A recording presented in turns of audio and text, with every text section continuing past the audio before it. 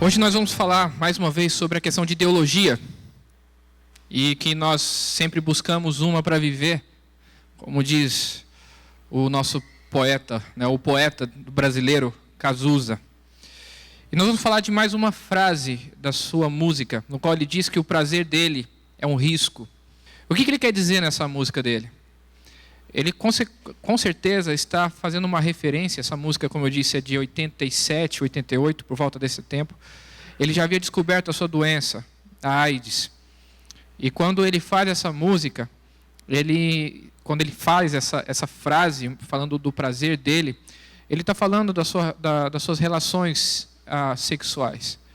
E de como isso transformou a vida dele num pesadelo. Não só num risco, mas num pesadelo. Ele pagou o preço para viver uma vida de liberdade sexual. E não é diferente conosco. Muitas vezes, em busca do prazer, em busca daquilo que nos satisfaz, como a gente viu domingo passado, abrimos mãos daquilo que é verdade. Mas isso não é uma coisa simplesmente individual. Isso está na nossa cultura. Está na ideologia que o brasileiro vive. Vocês querem um exemplo disso? Vou contar um pouco da minha história, quando eu pedi a Juliana em casamento. Eu tinha 19 anos quando eu decidi casar com ela. A Juliana tinha 16. Muitos vão pensar, mas que absurdo isso. Eu tenho certeza que muitos de vocês devem ter pensado, é muito cedo. E não foi diferente da igreja que eu frequentava. Com exceção do meu pai e da minha mãe, todos, sem exceção, disseram que era uma péssima ideia. Que o casamento não era algo para quem tinha 19 ou 16 anos.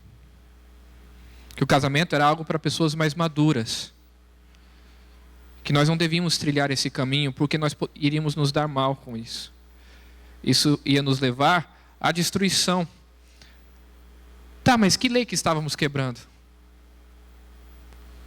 A palavra de Deus dava apoio à minha decisão e à decisão da Juliana. Por que a igreja estava indo contra? Porque muitas vezes a igreja não pensa como a igreja, ou como igreja. Nós não pensamos como crentes, nós pensamos como as pessoas do mundo. É interessante que eu era novo para casar aos 19, mas aos 12 eu não era novo para receber estímulo sexual através de propagandas em todos os lugares que eu passava na cidade de Goiânia. Seja de lingerie, seja de boates, que apresentavam mulheres seminuas nos seus outdoors. O estímulo sexual não é errado. Aliás, o sexo não é errado. O casamento sim. Não é assim que o mundo pensa hoje? Aliás, a vida sexual tem que começar a partir do momento que o adolescente entra na puberdade. A cabeça hoje está nesse sentido. E eu sei que 80% dos meus jovens, ou mais do que isso, já têm uma vida sexual ativa ou não são mais virgens. Por mais que vocês, jovens, acham que isso não é verdade, ou acham que eu não sei disso, eu sei como pastor. Os pais de vocês sabem. Porque essa é a cultura de hoje. E essa cultura é triste. É degenerada. Onde nós não incentivamos aquilo que é correto, mas dizemos que aquilo que é errado deve ser ensinado, aprovado, apoiado. Tem que namorar mesmo. Vai lá. Casar? Que absurdo! Por que eu estou falando desse aspecto? Porque é nesse aspecto que começa a destruição de qualquer cultura. É nessa ideologia que trabalha principalmente o prazer sexual, que se desenvolve em outros prazeres, em outras ideias sobre Deus, que uma sociedade é destruída, destruindo a base familiar, destruindo a aliança do casamento. Destruindo a pureza do sexo e colocando o sexo como algo simplesmente animal. Algo que deve ser satisfeito na nossa carne. Afinal, ninguém manda no coração. Não é esse o discurso? Somos hipócritas ao fechar os olhos para como os nossos jovens estão vivendo, não sabemos ensinar isso a eles e, mais do que isso, incentivamos o que é errado.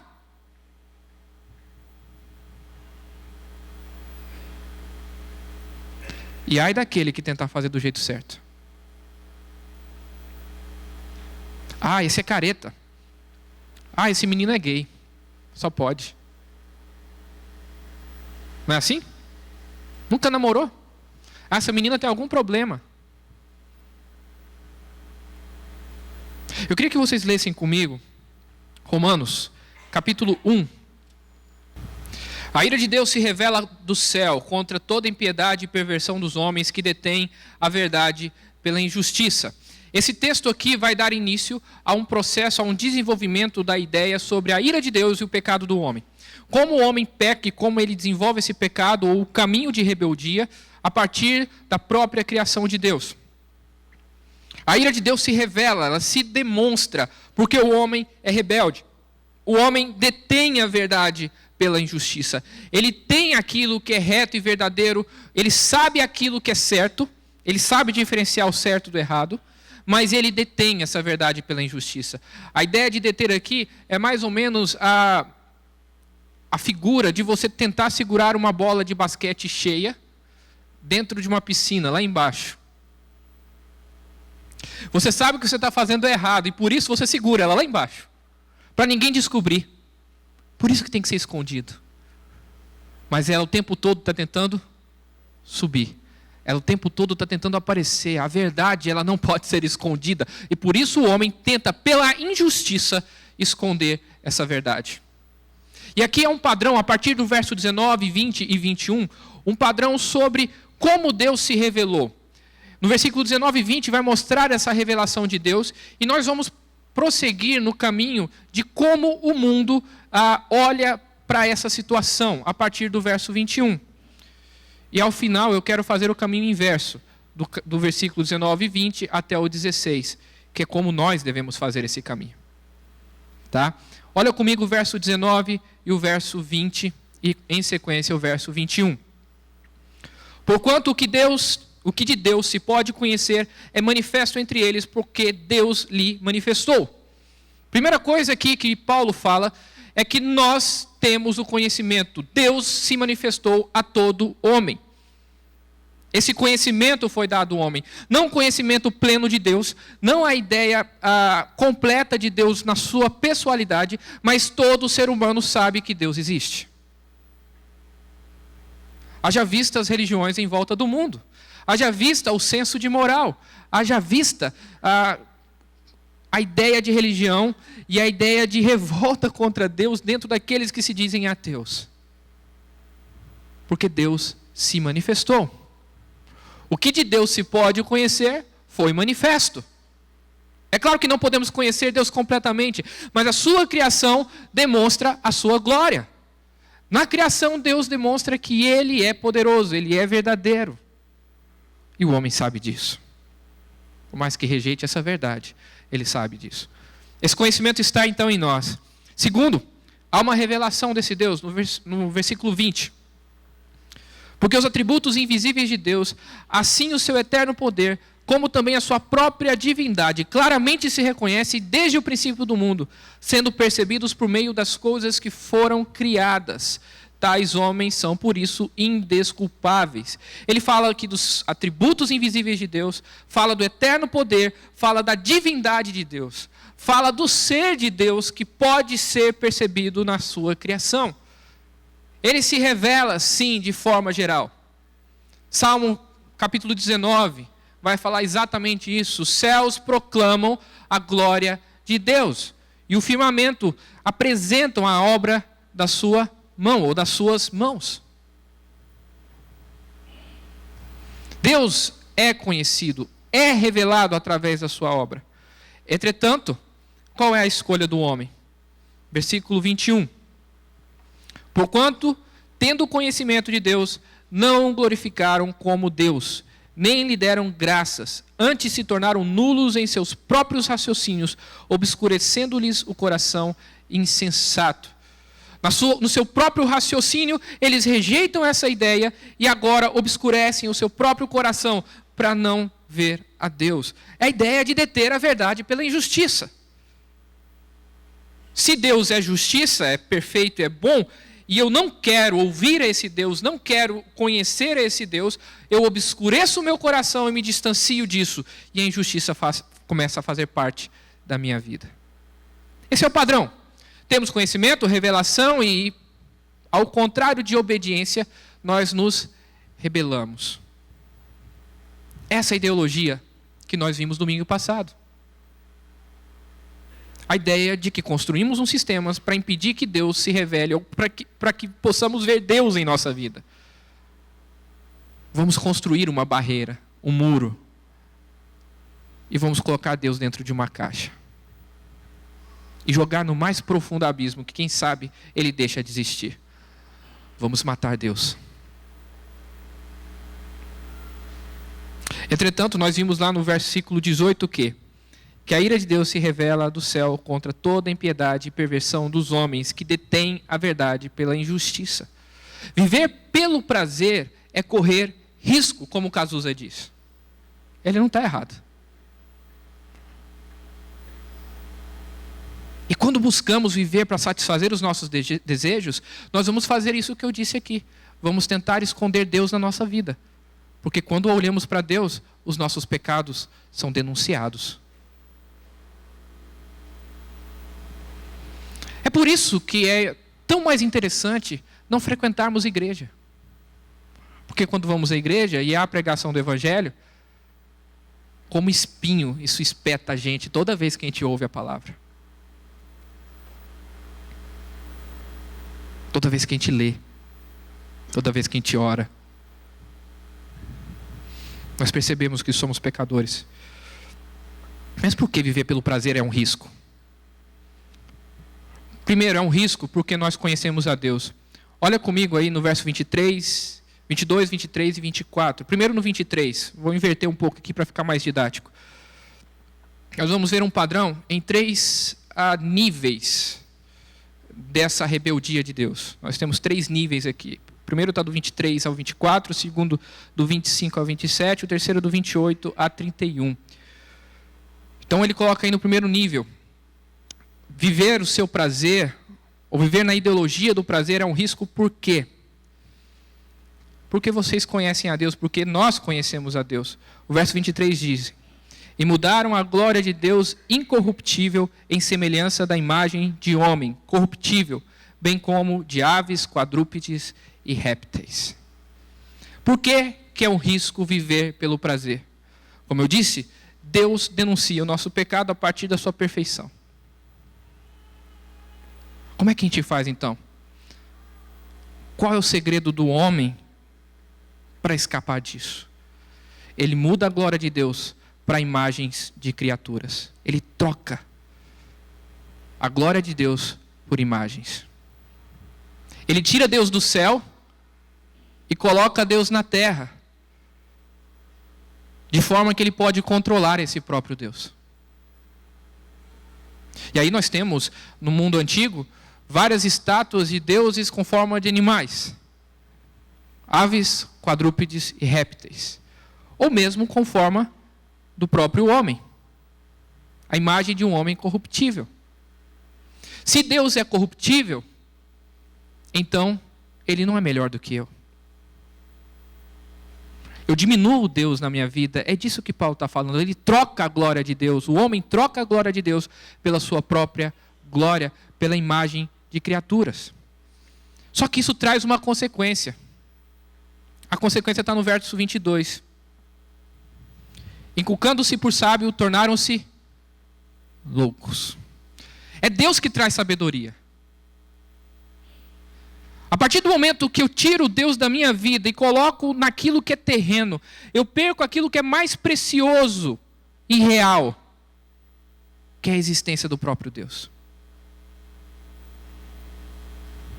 Eu me torno louco, me torno um animal, vivendo pelo instinto e pelo prazer.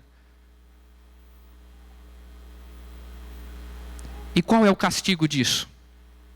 Está no verso 24. A ira de Deus vai se revelar então dessa forma. Olha o verso 24. Por isso, Deus entregou tais homens à imundícia, pelas concupiscências do seu próprio coração, para desonrarem o seu corpo entre si. Ou seja, vocês querem diminuir o valor da minha presença na vida de vocês? Vão em frente. E a punição de Deus aqui é entregar o homem ao seu próprio pecado, dizendo, pode rolar na lama do jeito que vocês quiserem. Entrega o homem à imundícia, pela concupiscência do seu próprio coração. O desejo do seu coração vai ser satisfeito. Vai lá, vai em frente. Quer viver a sua vida independente de mim? Vai em frente. E o desejo do seu coração, então, agora começa a dominar você e conduzir você de acordo com a sua vontade. E aqui os seus desejos podem ser inúmeros. Mas todos eles vão passar por isso daqui. Pela desonra do seu corpo. Você transforma as pessoas em objetos e não tem prazer de vender o seu próprio corpo como objeto para sentir prazer. A imagem de Deus que há em você já não tem valor nenhum. Assim, todo tipo de pecado se torna fácil de fazer. Já que você não está tentando contra a imagem de Deus, é simplesmente um objeto que eu tenho à minha frente. Seja para o roubo, estelionato, assassinato, sexo. Desonrar o corpo entre si está falando também disso. E começa por isso. Pela depravação sexual. Homens e mulheres se entregam uns aos outros sem o compromisso que Deus estabeleceu. E são simplesmente objetos de prazer do outro. Objetos para serem explorados e jogados fora no dia seguinte. Não há mais compromisso, não há mais a ideia de obedecer a Deus dentro do seu mandato cultural. Não há mais a ideia tríplice do casamento, onde Deus criou macho e fêmea em união heterossexual, numa união perpétua. E o homem se entrega de ponta cabeça ao prazer. Em todos os níveis, mas aquilo que é mais complicado e mais difícil, mais destruidor, é dentro da liberdade sexual. Não é à toa que o movimento hippie lutou por essa liberdade nos anos 70. Algo que é visto com bons olhos pela nossa sociedade. Sexo, drogas e rock and roll. Era esse o lema. Vamos usar qualquer tipo de substância que quisermos, sem nenhuma lei para nos impedir. Vamos fazer sexo do jeito que a gente quiser, com quem a gente quiser, seja humano ou não. Vamos viver sem Deus na nossa vida. É essa a ideia. Por que viver pelo prazer é um risco? Porque todas essas pessoas sabem que Deus existe. E elas ignoram isso, ou mais do que isso, elas detêm isso pela injustiça que elas vivem, pelo pecado que elas tanto amam. É um risco porque elas conhecem a Deus. Versículo 25 vai falar do segundo risco aí, uma progressão do primeiro, na verdade. Olha só o que diz o versículo 25. Olha que tem um conhecimento, eles trocam esse conhecimento por aquilo que eles acham que é verdade. A partir daí, eles se tornam alguma coisa e, consequentemente, sofrem um castigo. Esse padrão vai se repetir agora também no verso 25. Olha só comigo. Pois eles mudaram a verdade de Deus em mentira, adorando e servindo a criatura em lugar do Criador, o qual é bendito eternamente. Amém. Eles trocaram a verdade pela mentira. A ideia de que Deus criou o mundo, a ideia de que somos rebeldes, a ideia de que precisamos de Jesus Cristo como nosso Senhor, essa ideia foi trocada pela mentira de vivermos num mundo onde o homem pode viver de forma igual. E sendo assim, criaremos formas, regras e leis próprias nossas, fazendo a nossa própria criação, mudando aquilo que é natural, vivendo de acordo com as nossas próprias regras. Quem disse que é Deus que vai determinar como eu sou? Quem disse que é Deus que vai determinar como esse mundo é? Quem disse que é Deus que vai falar como eu tenho que viver? Se é tempo de viver, se é tempo de morrer, se é tempo de chorar, se é tempo de se alegrar? Quem disse que é Deus que determina o tempo? Eu vou determinar a minha vida. E assim pensa o homem com a ideologia humana. Tanto é que ele vai mudar o que é natural. Olha só o versículo 26. Eles se tornaram idólatras de si mesmos, colocando no lugar de Deus. E no verso 26, então, vem o castigo disso. Olha só. Por causa disso, os entregou Deus às paixões infames, porque até as mulheres mudaram o modo natural de suas relações íntimas por outro contrário à natureza. Aqui claramente Paulo está falando das relações íntimas, relações sexuais. As mulheres mudam a sua forma de relação aqui, e está falando claramente do homossexualismo, do lesbianismo.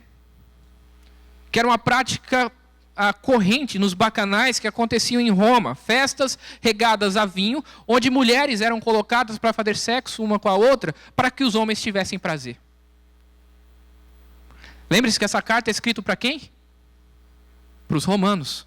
E essa festa que eu estou falando para vocês, acontecia em Roma.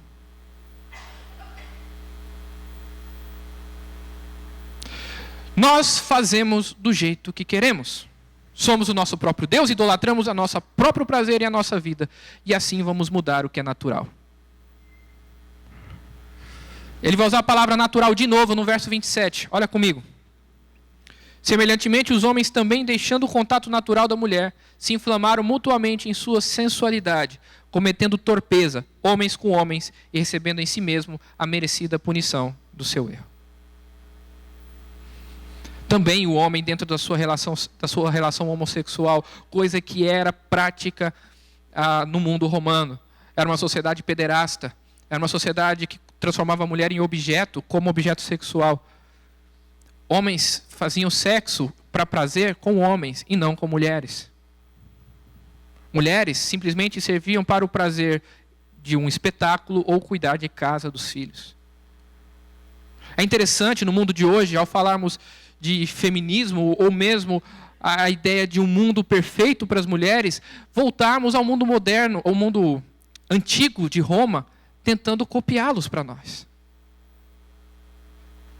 E não entendemos que esses valores é que destruíram a humanidade e levaram ela à idade das trevas.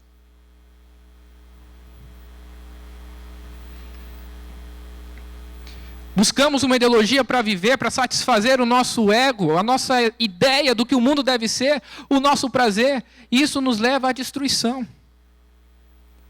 Eu quero que vocês entendam aqui, meus irmãos, que o texto não está tratando e dizendo que sobre homossexualismo em si, mas que ele é uma consequência direta da depravação sexual humana, que começa lá atrás, onde o homem despreza o casamento como uma ordenança de Deus, um mandamento de Deus. E essa depravação vai só aumentando. Saímos do homossexualismo, pulamos para a pedofilia, zoofilia e assim por diante. Todo tipo de depravação que você pensar vai ser feito. Há alguns filmes que retratam isso, filmes de Hollywood. Tem um filme que chama 8mm, que fala da máfia do sexo. De como mulheres são escravizadas para fazerem filmes pornográficos dentro da Hollywood escondida em Los Angeles. Eu não sei o nome, não me lembro o nome. Que fica do outro lado do morro de Hollywood lá, eles fazem esses filmes. Mulheres literalmente escravizadas para poder dar prazer sexual à humanidade.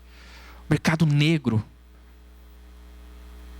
dessa depravação, dessa exploração, dessa sede animalesca que temos quando deixamos Deus de fora da nossa vida. Por isso, voltando ao jovem ou àquele que não é casado ainda, quando você diz que fazer sexo fora do casamento não tem problema, leve em consideração toda essa carga que o seu ato carrega. Porque quando você nega o casamento, a partir do sexo antes do casamento, você nega a Deus. E a consequência é toda essa depravação que vemos hoje. Onde o casamento não é essencial, o divórcio é comum, e o sexo é livre. Estão entendendo por que o prazer é um risco? Aqui fala de uma merecida punição do seu erro. Paulo não é claro nisso. Mas dentro da história nós podemos ver diversos exemplos do que poderia ser isso. Um exemplo dessa punição é a própria destruição do Império Romano, que dentro da sua prosperidade investiu os seus últimos anos em dar prazer aos seus políticos, dar prazer aos seus imperadores, à sua alta classe. Calígula, um dos imperadores romanos, chamou as mulheres dos altos nobres de Roma para o seu próprio palácio e fez uma festa de orgia com elas lá, em troca de dinheiro que ele ofereceria a esses nobres. E os seus maridos venderam as suas esposas. É essa depravação moral que vai fazer a base do Império Romano se destruir, porque a família já não existia mais. E aí um povo que tinha uma moral mais constituída na família, chamado pelos romanos de bárbaros, estabeleceu um novo começo para a Europa. Esse é um dado histórico. Eu posso trazer outro, falando exatamente da década de 80, no qual Cazuza fez parte. Ele diz que o vírus da AIDS caiu como uma luva para a direita conservadora cristã, porque agora nós tínhamos o que acusar eles, porque era doença homossexual. É interessante esse peso de culpa que tinha sobre ele, dentro da sua vida homossexual. A acusação partia dele mesmo. E a AIDS está aí para provar, junto com todas as DSTs, que o sexo livre tem risco, sim. Eu falei de questões sociais, questões biológicas, mas podemos falar de várias outras questões. Do prejuízo da educação dos filhos, de filhos sem pais, de filhos sem mães. Hoje nossa turma de teatro foi lá no GAAD. Faz uma visita lá para você ver o resultado do sexo livre. De crianças que não sabem como vai ser o futuro, rebeladas com o sistema e com o mundo, porque os pais queriam ter prazer.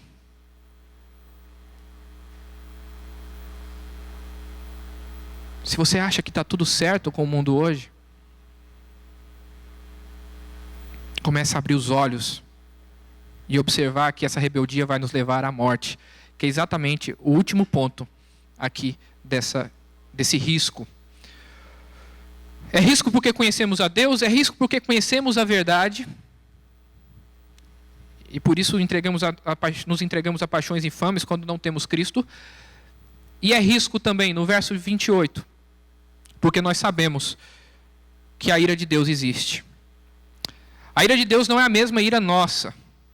A nossa ira está contaminada, preenchida com maldade, com malícia, com vingança inapropriada, com ódio. A ira de Deus está ligada à justiça dele. Ele não permite o pecado. Ele não suporta o pecado e irá acabar com todo o pecado da terra. Sim, porque ele é justo. Olha o verso 28 comigo. A ideia de conhecimento, a ideia novamente do que se tornaram e o castigo logo em seguida. O verso 28 eu vou falar o que eles trocaram, qual era o conhecimento que eles tinham e eles trocaram. E por haverem desprezado o conhecimento de Deus, o próprio Deus entregou a uma disposição mental reprovável para praticarem coisas inconvenientes. Trocaram a obediência pela rebeldia. Eles sabem quem Deus é. E por saber quem Deus é, agora eles tomam uma posição contrária a esse Deus. Lembrem-se, eles não estão presos mais ao mandato cultural do próprio Deus, eles não estão presos mais às leis do próprio Deus, fazendo a sua própria criação, a sua própria lei natural. E agora então eles se revoltam e declaram guerra contra Deus. Declaram guerra contra Deus. E vão praticar coisas inconvenientes. Eles vão se tornar reprovados pela sua inimizade contra Deus. Olha o verso 29. Romanos capítulo 1, verso 29. Ele vai dizer que essas pessoas estão cheias de toda injustiça, malícia, avareza, maldade, possuídas de inveja, homicídio, contenda, dolo, malignidade, sendo difamadores, caluniadores, aborrecidos de Deus, insolentes, soberbos, presunçosos, inventores de males, desobedientes aos pais, insensatos, pérfidos, sem afeição natural e sem misericórdia. Eu vou passar mais devagar nessa lista com vocês, sem aprofundar muito, porque a gente não tem tempo para isso. Mas são basicamente seis listas, ou 6 grupos dentro dessa lista, que vão falar dessa progressão, ou dessa ideia do homem contra Deus. A primeira coisa são os valores, são os 4 primeiros. Cheios de injustiça, malícia, avareza e maldade. Amor ao dinheiro, amor ao mal, injustiça e a própria malícia nas atitudes. Esses são os valores de quem vive pelo prazer. De quem tem uma ideologia que busca esse prazer de satisfazer o próprio coração, satisfazer o próprio desejo sexual, satisfazer a sua própria concupiscência. A partir dos valores agora nós vamos ver um rompimento com o próximo. Eles são possuídos de inveja, acontece aí o homicídio, brigas, contendas, dolo e malignidade, que é o mal voltado para o próximo. O próximo já não vale nada mais para mim. E aí a gente entende a onda de violência no mundo. Se a gente pega o Brasil de 2002 para cá, faz uma pesquisa sobre os assassinatos que tiveram, o quanto são cruéis. O quanto são cruéis, de pessoas que foram queimadas dentro do seu carro, de crianças que foram arrastadas pelo asfalto a partir do carro roubado. E a gente assiste o jornal dia após dia e acha isso normal. E cada vez a situação piora, colocamos culpa no governo, mas isso na verdade é uma progressão da nossa depravação. O que precisa mudar não é a política de segurança pública. O que precisa mudar é o coração do homem.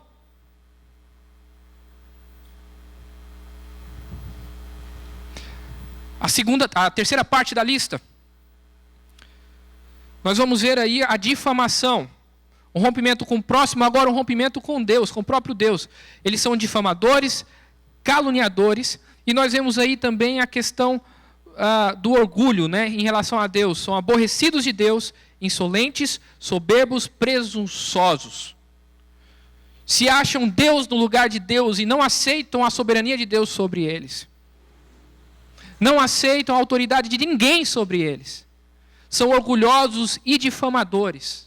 2 grupos aqui dentro dessa lista. A quinta lista vai falar de insubmissão. São 2 termos aí. Eles são inventadores de males e desobedientes aos pais. Eles não seguem as ordens. Eles constroem problemas em todos os lugares que eles vão. E isso é algo que é consequência da desobediência aos pais. Não há mais respeito da autoridade de pai. Os filhos não obedecem mais. Não ouvem mais. E os pais não se impõem mais. Porque ser desobediente é bonitinho hoje. O menino tem que ter atitude. O menino tem que crescer. Ele tem que ser livre do jeito dele. Eu não vou impor nenhuma escolha para o meu filho. Ele que vai escolher o que ele vai decidir da vida dele. Isso é liberdade. Isso é escravidão. Não é liberdade. Você está jogando o seu filho para o mundo destruir. Com a ideologia que ele tem de morte e não de vida. E por isso são inventadores de males, são criativos para fazer o mal. Ele sim é um menino inteligente, mas ele é inteligente para o mal. E por fim a impiedade, a falta de fé, que vai trazer questões difíceis que impedem o mundo de funcionar. São insensatos, são pérfidos, que significa desleais, são sem afeição natural, ou seja, não amam os da sua casa. Não amam seus pais, não amam ninguém que está perto deles. Só importa eles. E daí se minha mãe e meu pai estão passando dificuldades? E daí se alguém que está do meu lado está passando dificuldade? Eu estou preocupado é comigo. Ninguém preocupa comigo, para que eu vou preocupar com os outros? E por fim, não tem nenhuma misericórdia. São cruéis. Tornaram-se reprovados, tanto por Deus como por nós. Quando a gente para pensar e avaliar as nossas atitudes, nós começamos a entender que tudo isso está errado. E qual é o grande risco que eles correm, então? No verso 32. E o castigo está exatamente aí. Ora, conhecendo eles a sentença de Deus, de que são passíveis de morte, os que tais coisas praticam, não somente as fazem, mas também aprovam os que assim procedem. Eles conhecem a punição de Deus? Conhecem. Eles sabem qual é a sentença de Deus? Sabem. Mas mesmo assim praticam. Eu sei que eu vou morrer. Até acreditam talvez, eu sei que eu vou para o inferno. Mas eu vou aproveitar ao máximo essa vida. Me revoltando contra Deus. É um risco viver pelo prazer, porque você sabe que Deus existe. É um risco viver pelo prazer, porque você sabe qual é a verdade, que existe uma lei estabelecida por Deus. Existe o certo e existe o errado. É um risco viver pelo prazer, porque você sabe que você vai morrer, se esse for o seu caminho. Você quer uma ideologia para viver? Espero, meu irmão, que você não queira satisfazer os seus desejos, o seu prazer, mas que você procure essa ideologia aqui. Vamos fazer o caminho inverso agora? Versículo 19 e 20. Porquanto o que de Deus se pode conhecer é manifesto entre eles, porque Deus lhe manifestou. Porque os atributos invisíveis, o seu eterno poder, a sua divindade, claramente se reconhecem desde o princípio do mundo, sendo percebido por meio das coisas que foram criadas. Está aí a revelação de Deus. Quando nós olhamos para isso e dizemos, bom, Deus existe, eu quero entregar minha vida para Ele. Eu entendo a ira de Deus no verso 18. Olha a ira de Deus aí no verso 18. A ira de Deus se revela do céu contra toda impiedade e perversão dos homens que detêm a verdade pela injustiça. Eu percebo que há algo errado no mundo e há pecado no mundo. E esse Deus perfeito não aceita o pecado. Por isso Ele está irado. Eu compreendo o porquê que Deus está irado. Eu me humilho diante desse Deus. Eu choro, Senhor, tenha piedade de mim. Eu não quero ser destruído por você, eu quero conhecer o Senhor. E aí nós chegamos na revelação da justiça de Deus, está no verso 17. Visto que a justiça de Deus se revela no Evangelho, de fé em fé, como está escrito, o justo viverá por fé. Que fé é essa? A justiça de Deus se revela na fé, mas que fé é essa? Fé em Cristo Jesus, o Filho de Deus, encarnado, que recebeu a justiça nas suas costas e derramou o seu sangue por mim. A justiça de Deus é revelada no sacrifício da cruz. Nós cantamos isso aqui juntamente com o coral agora há pouco. Entendemos que Deus estabeleceu a sua ira nas costas do seu próprio Filho, para que eu pudesse conhecer a justiça dele e cresce em fé pela graça. Por isso o justo vive por fé. Entendendo então que eu vivo por fé, Deus revela a sua palavra para mim, que é maravilhosa, está no verso 16. Pois não me envergonho do Evangelho, porque é poder de Deus, para a salvação de todo aquele que crê, primeiro do judeu e também do grego. Eu entendo que Cristo veio e se sacrificou para me salvar, e essa é a palavra do Evangelho. Disso eu não me envergonho, por mais que o mundo não aceite. Agora eu vivo pela fé, eu vivo pelo Evangelho, eu vivo pela pregação dessa palavra, falando da justiça de Deus, falando da ira de Deus, falando da revelação de Deus. É essa ideologia que eu quero para viver. A ideologia no qual eu não me envergonho do Evangelho. A ideologia no qual o meu prazer é estar na presença dEle. É entregar minha vida para Ele. O meu partido é viver para Deus. Entendendo que as políticas de Deus são as políticas corretas. Os meus sonhos é aquilo que Deus determinou para mim dentro do seu tempo. Esse é o caminho do Evangelho. Deus se revela. Deus mostra o nosso pecado. Deus nos salva em Cristo Jesus e nos dá uma missão de trazer as boas novas. Aqui você tem os dois caminhos. Você pode escolher.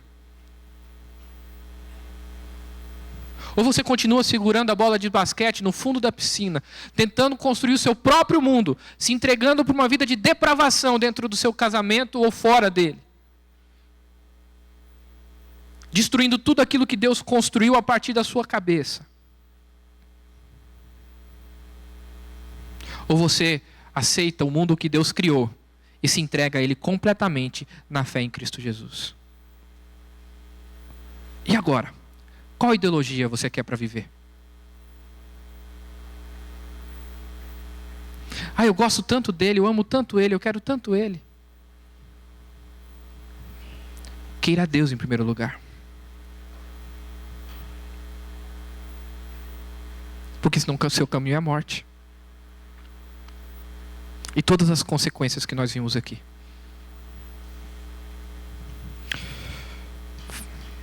Deus se revelou a todo homem, meu irmão. Todo homem conhece a Deus. Todo homem sabe que ele é rebelde, que ele está contra Deus.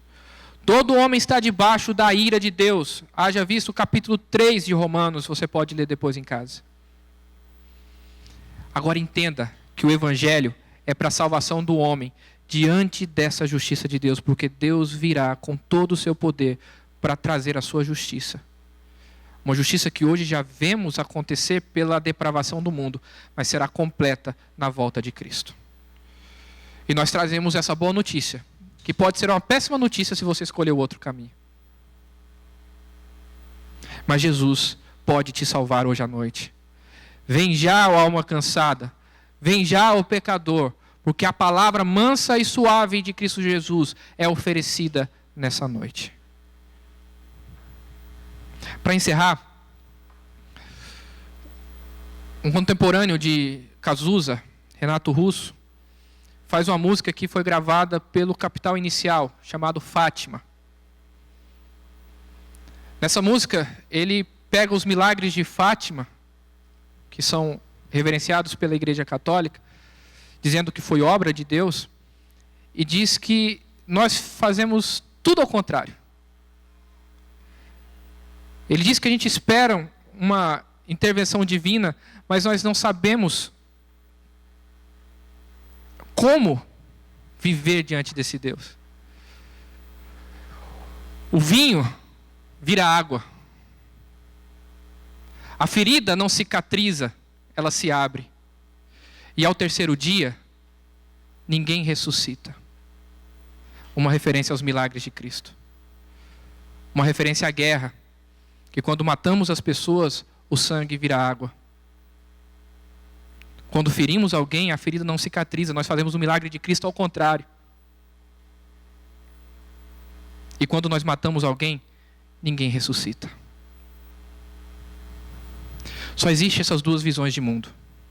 Ou você se entrega àquele que cura feridas, que transforma água em vinho, que ressuscita ao terceiro dia. Ou você se entrega totalmente ao homem que só tem morte no seu caminho. Você tem esses dois caminhos hoje para poder escolher. Qual ideologia você quer para viver? Eu já escolhi a minha.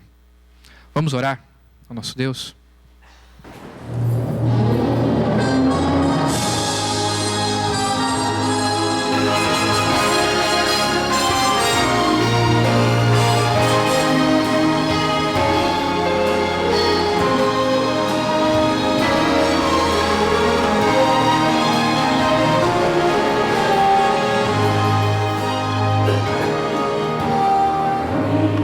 Que parecem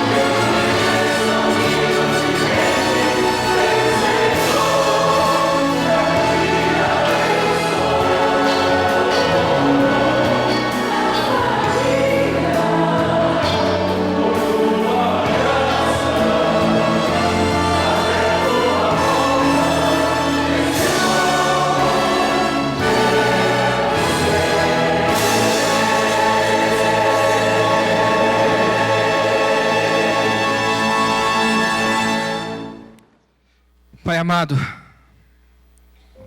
obrigado, ó Pai, pela vitória que nós temos. Somos sim vencedores porque Cristo venceu por nós. Venceu esse sistema de pecado que nos oprime, nos persegue e não aceita a nossa forma de ver o mundo. Eles declararam guerra contra o Senhor, consequentemente declararam guerra contra nós. O mundo não suporta a palavra do Evangelho que diz que eles não devem fazer o que querem. Nós muitas vezes não suportamos isso também porque ainda somos pecadores. Mas eu peço ao Pai que o Senhor mude a nossa mente. Mude completamente a nossa mente para termos prazer no Senhor, somente no Senhor. E tudo aquilo que vivemos, tudo aquilo que somos, os nossos projetos, as nossas decisões, possam estar baseadas, ó Pai, na fé em Cristo Jesus, porque o justo vive por fé. Essa é a nossa ideologia, a fé em Cristo Jesus, dada pela graça de Deus, dada pelo Senhor. Eu peço, ó Pai, nos faça perceber, enxergar, ó Pai, e viver dessa forma. Mais uma vez, ó Pai, eu digo, nós não temos nenhuma bandeira, nós somos de Cristo. Nós somos do nosso Senhor Jesus. A nossa roupa é branca, alva como a neve, porque a roupa de Cristo na cruz foi encharcada com sangue. É essa mensagem que temos que viver. É essa mensagem que nós temos que compartilhar. É essa mensagem que nós temos que nos orgulhar e não sentir vergonha. Ajude, ó Pai, aos nossos homens e mulheres maduros que já estão casados a entender que o casamento é obra do Senhor e ele não pode ser dissolvido. Porque o que Deus uniu, o homem não separa. Que a nossa satisfação não seja prioridade. Que entendamos o amor como sacrifício e não como paixão, ao ponto de dizermos que o amor acabou. O amor é eterno, porque é o Senhor. É o único que permanece dentro da esperança e a fé. Como que ele pode acabar? Eu peço, Pai, que os casamentos se firmem no Senhor e que a depravação sexual não domine a nossa mente. Não domine quem somos. Igualmente eu peço aos solteiros que estão abrasados, que possam entender que o casamento é a saída. Que eles podem sim ter uma vida sexual ativa e feliz, mas dentro do casamento. Que o prazer pode ser satisfeito sim, mas na presença do Senhor, e não no mundo que criamos, mas no mundo que o Senhor criou. Que aqueles, ó Pai, que entregaram a sua vida ao prazer sexual, ao homossexualismo, possam ouvir a palavra do Evangelho. E que possamos ser essas pessoas que vamos chegar lá para falar com elas. Porque o caminho delas é a morte. Assim como o caminho do adúltero. Assim como o caminho daquele que faz sexo antes do casamento. Eu peço ao Pai que o Senhor mude o nosso coração para que possamos falar desse Evangelho. Possamos falar da justiça de Deus e da salvação em Cristo Jesus. Esse mundo precisa ser colocado no eixo. E a única coisa que pode fazer isso é o próprio Senhor Jesus. A única pessoa que pode fazer isso. É a única ideologia que pode consertar esse mundo. O nosso discurso, ó Pai, é um discurso social, é um discurso político, é um discurso econômico, é um discurso, ó Pai, de sonhos. Nosso discurso é ideológico, sim. E que a Igreja de Jesus Cristo possa perceber isso nessa noite. E que paremos de nos esconder atrás dessas paredes e comecemos a modificar o mundo lá fora. Com as nossas vidas, com o nosso casamento, com a nossa vida sexual, com os nossos filhos, na educação deles. Que a verdade esteja presente em todo momento da nossa vida e não a injustiça. Eu te peço isso, ó Pai, de todo o coração. Como filho humilde, ó Pai, que sou, diante do Senhor.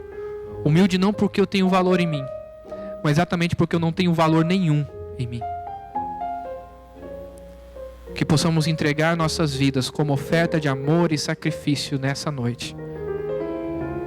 Mas tudo isso debaixo do nome de Jesus Cristo, porque Ele sim tem valor. Ele sim é Filho de Deus. Ele é o nosso Salvador e Redentor. Obrigado, Pai, por esta noite. Obrigado por esta palavra em nome de Jesus. Amém.